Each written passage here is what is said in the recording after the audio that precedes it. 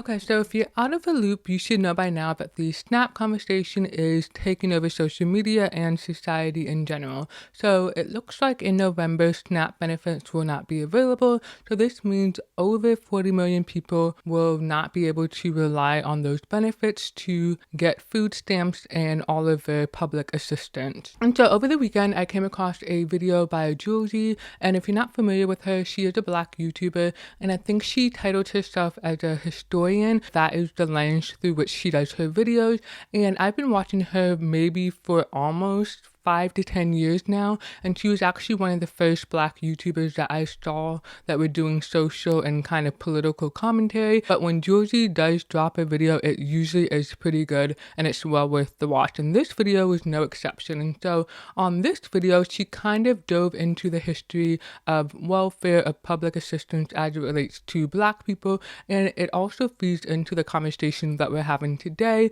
in 2025 about welfare. Now, while this particular video kind of build up to expose Bill Clinton's role in how welfare is perceived today, I thought it was the other stuff that she said about welfare in general that really caught my eye. And if you are a person who reacts emotionally to things, this video is kind of depressing when you think about what people are going through, how the media plays a role in labeling people and giving a public perception that influences how other people think about a particular group of people. It is really shocking when you get through this. I saw a lot of comments where people said that they had to stop to process their feelings, and then also what they were hearing and what they were seeing be revealed in Jouelzy's video.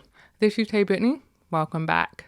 Alrighty, so let's talk about welfare. What is welfare? So in Jouelzy's video, she talked about how there's basically two tracks of welfare. The first track excluded African Americans, and you can think of this as social insurance. They offered pensions and unemployment benefits. The second track is public assistance, which is what most people think of when they think of welfare. And this became associated with Black people, and it became viewed as a handout. And so that is very interesting that you have two different tracks that offer basically public forms of support for people in two different types of circumstances, or at least it results in two different benefits for people, but only one is being perceived negatively. And what I found interesting about this video is because what Jouelzy is really showing here is she's bridging the gap between Republicans and Democrats, and traditionally people think of Democrats as being the ones to help Black people and to kind of better their standing, their place in society, and just make things easier for Democrats. And so I've seen a lot of conversation recently about people saying, well, actually,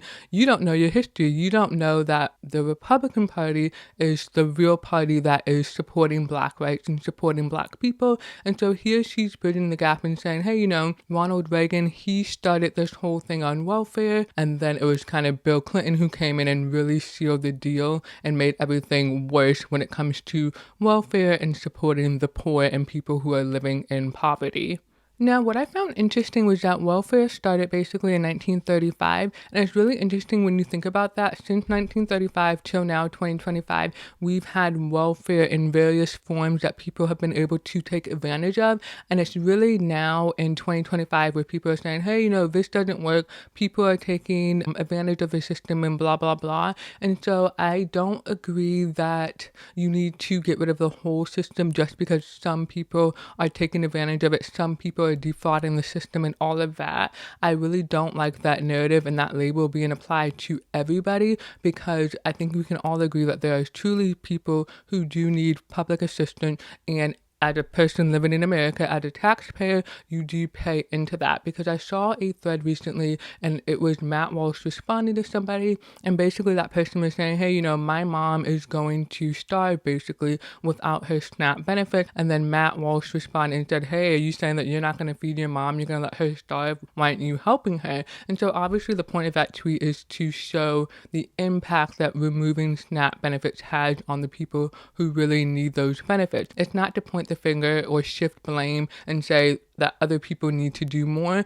As part of a civilized society, we all pay taxes and we all collectively contribute to making sure that society functions as it should. And so I don't have an issue with people paying into tax or whatever to make sure that other people are able to take out those benefits when they need it. I don't think that it should be a generational thing. People should not be living on welfare generation after generation. And so what people say in terms of that is that the people who are on welfare generation after generation, they're lazy, they're kind of just built into that lifestyle, they have no desire to change. But on the other hand, it also speaks to the inability to get out of poverty. And I don't think that that is anything that people have talked about enough, because in this video, there's a point where they talk about deep poverty, and that is someone who is making less than $10,000 a year. And so if you are making very little money and you've always been making very little money, it's going to be very hard for you to figure out how to get out of that. So it's just really interesting when you think about this conversation and what people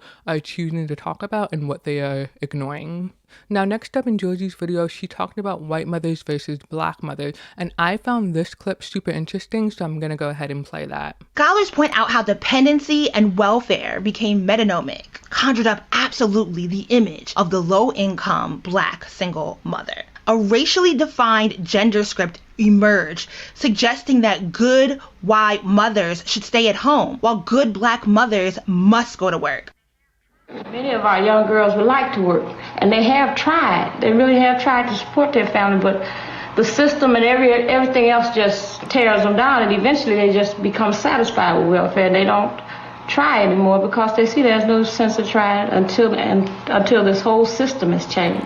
So I think that that is very interesting when you think about it like that, because one, all mothers should be able to stay at home and care for their children without having to work. We really should not be living in a society where you need two incomes as a family in order to survive. And then there's also the comparison between white mothers and black mothers. It shouldn't be okay for white mothers to stay home and be perceived as good mothers, whereas black women, they have to work because they're not in nuclear families. Black men are getting locked up and all of that stuff, and so they are forced to work and not be the stay-at-home mothers that they should be, and they get a bad label for that. And so earlier on in this video, I think she's also talking about how black women at the time, they were subjected to low-paying jobs and they were forced in those low-paying jobs. And she also talked about how when it came to like going to the doctor in healthcare, that the doctor prescribed sexual activity as a treatment or a whatever for something. And so the point that she's making is that they are encouraging black people to have more kids because that creates a labor force. It creates a labor force for those low-paying jobs. And when you constantly have low-paying jobs, it makes it very difficult for you to move up and to move out of those low-income areas and that situation that you're in. And the other thing that she talked about was the idea of wanting to work but not being able to find a job, and so you become satisfied with welfare because you feel like that's the best that you are going to get. And it's not that you feel that way, it's also that you've been shown that through other people's reactions and actions towards you. So if you're constantly applying for jobs and you're getting rejected, if you're not getting the job training that you need to move out of low-paying jobs, then that makes it difficult for you to even change anything. So if you are tired of dealing with that, of course you're going to be more likely to accept welfare because that gives you some feeling of success that you are able to have whatever money that you get from welfare as a way to provide for your family versus constantly being rejected. And so that really is a sad way to look at it if you really think about what we're saying when we're saying that people are more satisfied or happier with welfare and what that means when you don't have a sense of achievement. And so what it really comes down to is it's horrible to be a single mother, but it's even worse to be a single mother who is black. Next up, they talked about the welfare queen, and I, for whatever reason, got confused and started thinking about Trap Queen by Fetty Wap, which has nothing to do with the welfare queen.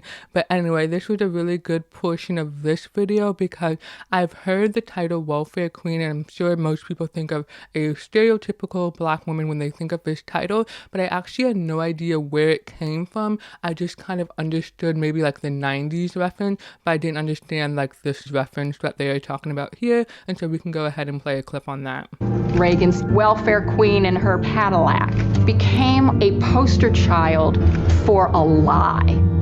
The lie is this is what people on welfare are. That these are people who don't need the program, and that it was people of color who were getting unfair handouts.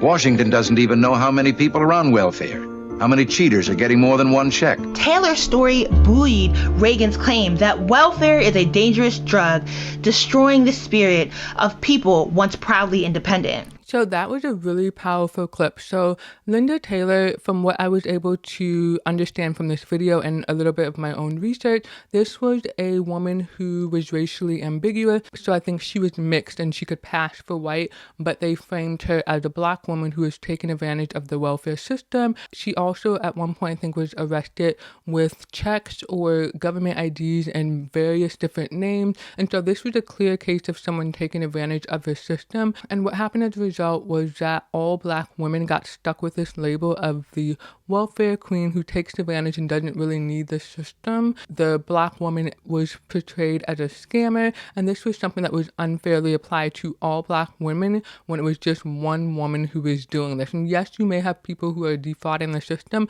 but you deal with those people individually and you punish them and you make sure that they don't get access to those benefits again. You don't punish the people who actually need the benefits. The other thing that was said at the end there was Reagan was saying something about we don't know how many people are on welfare. We have people who are getting multiple checks. And so that is a government problem. That is a government efficiency problem. If you don't know who is on welfare, if you don't know where the checks are going and all of that stuff, right? That is something that you should be able to keep on top of. And so that speaks to how chaotic the system is. And then what you're blaming it on is people who are defrauding the system or taking advantage when it probably wasn't a good system to start with, or at least in the 80s is not a good system, and you clearly are not taking the appropriate steps to fix the issue. You're just pointing the blame at black women and saying that they don't actually need this handout to survive. Now, let's talk about how this relates to 2025. We are still seeing this narrative of people who are on welfare, are lazy people who don't want to work, who don't know how to work and are unable to provide for themselves, and they are actually a burden on taxpayers. And so I find this very interesting that we're still having this conversation in 2025. If we have people in politics and government who are supposed to be the ones figuring this out and making it better, why have they not done that? And to continue on how this shows up in 2025, what I've been hearing in terms of relationships between men and women in the black community is that right now what we're seeing is this kind of trend of black women having to do it all. They're having to work, they're working low-paying jobs, they need welfare, they have multiple kids, the dad is not around. And so what we see this translate into in terms of romantic relationships between black men and black women is that they'll say that black men are okay with getting with black women, they expect them to do it all, and they don't really try to help make it easier for the black woman, but they'll turn around and marry white women who are expected to be stay-at-home wives, expected to be submissive. They've been able to do that basically for so many years that it's second nature to them, it's natural to them, whereas for black women, that's not the circumstances that they've grown up in, and you can really see how that impacts the black community, and you can really see how that leads to men being more feminine, especially if they are growing up in households that are run by women and they're only surrounded by women because men are not around for various different reasons, right? And so I really hate that I'm playing into the fact that black men are not around. I know that the stat is that 70% of children grow up without a father in the home, and that's actually incorrect. I know that Don Lemon was talking about this stat back in the early 2010s, and what the stat is that black children are basically born into households where 70% of the mothers are unwed. So that doesn't mean that the father is not around. It just means that literally the mom is not married to the father.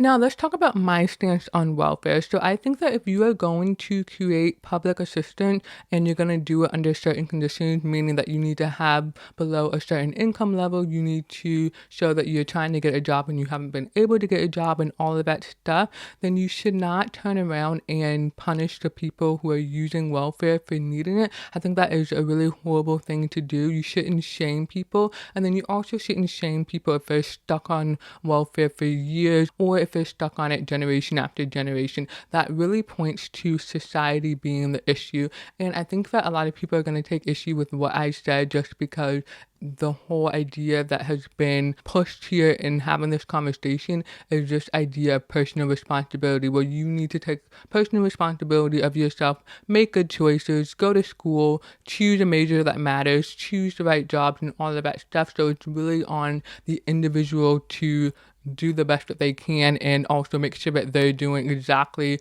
what other people think they should be doing in order to have a better life. And so I don't think that you can blame personal responsibility as much as you should blame the way that society is functioning, because there's no way that you have the richest country and you have 40 million people or over 40 million people who need some sort of public assistance. What that speaks to is the job market, the way that society is set up. It should be that with the United States being one of the wealthiest countries in the world, that basically nobody is in poverty because people are making good money, job wages are high, and there's plenty of jobs to go around. So to tie into that, I do want to play a clip from Bernie Sanders, but this is actually an old clip, so let's listen to Bernie Sanders.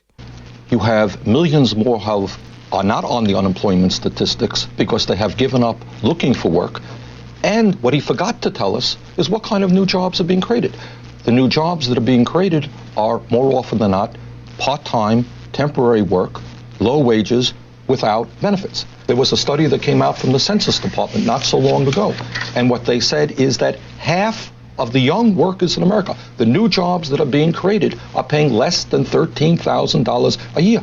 How do you bring up a family on less than $13,000 a year? Tomorrow. Basically what he's saying is that the people who are working these new jobs that are being created are making less than $13,000 a year, which is basically nothing. Like if you don't have a mortgage, if you don't have rent, if you don't have food, then maybe you can survive on $10K a year. But basically the point is that is very unrealistic. And so yes, there are new jobs that are created, but what do they pay? How much money are you actually taking home? And is this a livable wage?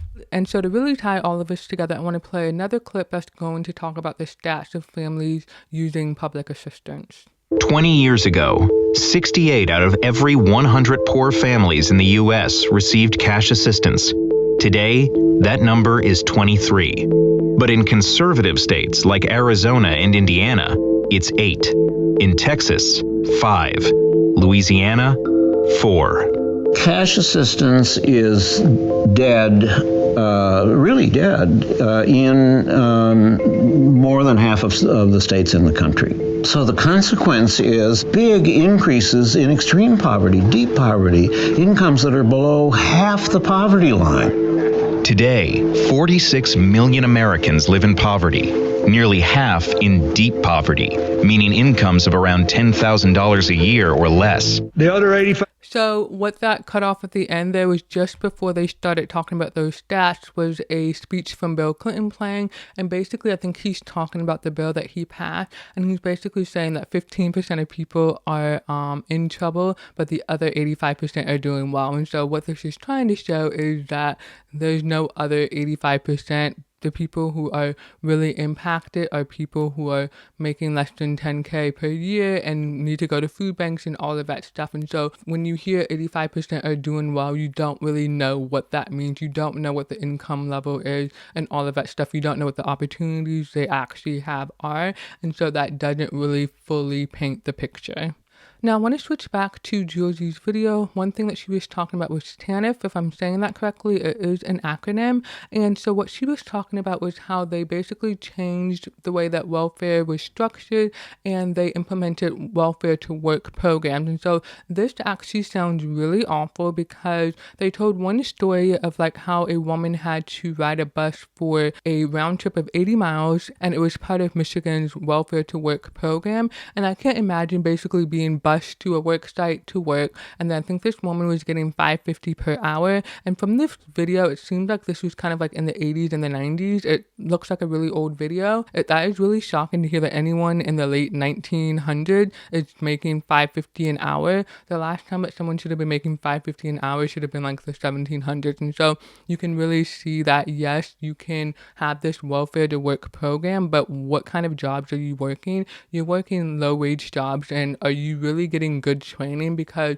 I can't imagine that they would give you good training if they're paying you so little, which means there's not enough money to go around, basically, in my opinion. And so, yes, you can have these public assistant programs that teach you or train you for jobs, but what kind of jobs is it training you to be able to work? It's not training you to be able to work at Bloomberg or Bank of America or some really high-tech company, right? It's teaching you to work at kind of these companies that have been around forever, that are really kind of outdated and just kind of really depressing to be around. And so when you have these companies that are part of these welfare to work programs, you can think of something like Severance, where those people were in the basement. It was very 70s vibe. It was boring. It was whatever, right? And so that is a very depressing way to live. If you have to deal with that lifestyle every day because that's the job that you're expected to work, then I really can't see people being motivated to get out of those circumstances. And of course, they would want to turn to welfare where you don't have to work, because that just seems like a better alternative than constantly being depressed and forced to work a low-paying job where you don't really see the benefit. Now, getting back to welfare in 2025. So again, we are still seeing this rhetoric of people being told that they are lazy, they need to get up and get a job, they're fat, and all of this stuff. And so that is really crazy, because I came across a BBC article and it was talking about the US government, and basically what it was saying is that 1 out of 8 people use SNAP, which is really crazy because you probably know someone who is using SNAP benefits and you just don't know it. And then this article also broke down that with these SNAP benefits for families, they are spending probably about $6 per day on food, and that is pretty crazy. I probably spend about $20. I'm sure there's people who spend $100 or more on food, and it feels really crappy to hear people complaining about people who are spending literally $6 on food per day per person. That is really crazy. And I saw a tweet on social media where someone was like, it's really cheap to buy fruit, and the fruit was like $4.99. So if someone can only spend $6 per day per person on food, and you're buying food that's not really going to last long, that just seems really chaotic and really crazy, right? So that doesn't make sense. And so I know a lot of people got really upset seeing all of these EBT grocery hauls on social media, where people were buying fast food, junk food, and all of that stuff. And when you really think about it, if they only have $6 per person per day, obviously you're going to go for the cheapest thing that you can find, which in turn is going to affect your health, because that's not good quality food. And so it's just a cycle that feeds and eats itself, and it's no wonder people can't get out of that circumstance. And so you really have to be committed to truly wanting to better your life, not getting sucked down by the depression in order to make it out of that. And it's really the people who truly use welfare as a temporary aid or a crutch to just survive the moment and then quickly try to get into a better circumstance. Those are the people who are using the system correctly,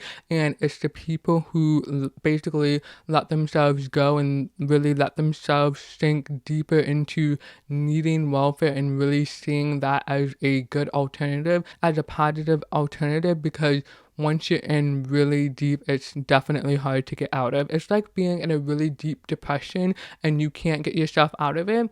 And this makes me think of the movie Maid. And so this is a Netflix TV show, and it's basically about a lady who is a maid, and she has an abusive partner, and she wants to send her daughter to some good school. She ends up basically begging this woman to hire her, and then for whatever reason, I can't remember what happened, but she falls into this depression, and the footage that they show on the screen is her basically laying on the couch, but she's sinking into the couch. So she's depressed, she's living in a trailer, she doesn't have a good situation at all. And so you can really see how it must feel to be in that situation. And if that's something that your mother experienced, your grandmother experienced, and all of that stuff, you don't know any other way to live, that is a really scary place to be.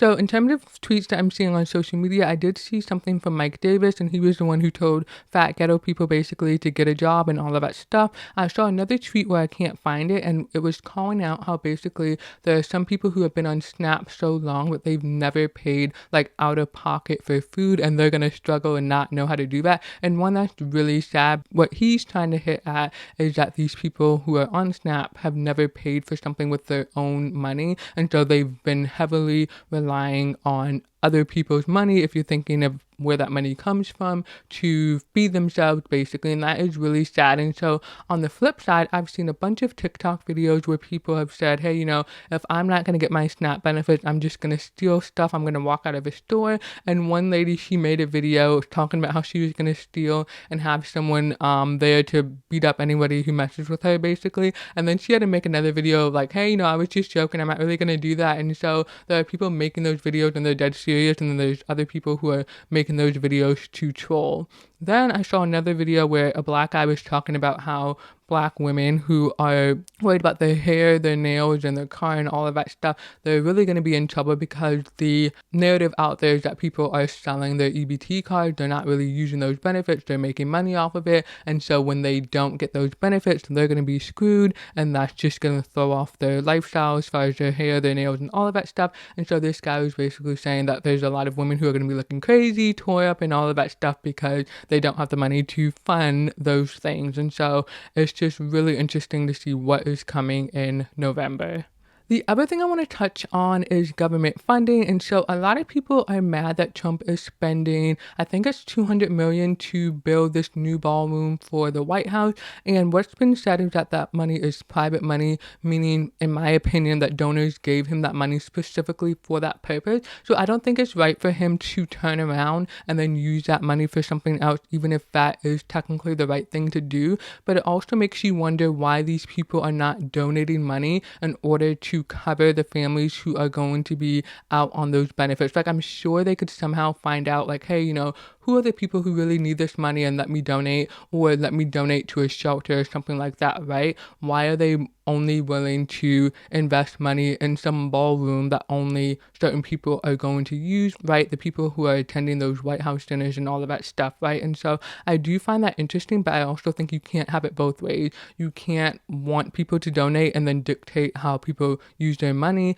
and then you also can't say that Trump is abusing his power, but then want him to abuse his power in order to get you what you want. And so I just find that very interesting. And the reason why I say that is because I'm referring to the government shutdown, where basically, I don't know what it's called, I can't remember, but basically I think the Republicans only need like a certain number of votes, I think it's 60, and then they can basically overrule the shutdown, basically. And so they're saying like the Republicans have that option, but they're not doing it because they want to punish people. And so people are mad at Trump for finding loopholes to do other things, but he's not taking advantage of this loophole to benefit whatever. And so people are finding a problem with everything. And so whatever happens in November, it probably will be crazy, and I have no idea what people are actually going to do in real life when they don't get their SNAP benefits. Are we going to see riots? Are we going to see a bunch of people stealing and all of this craziness? And so I'm not looking forward to that, but I guess we will see what happens.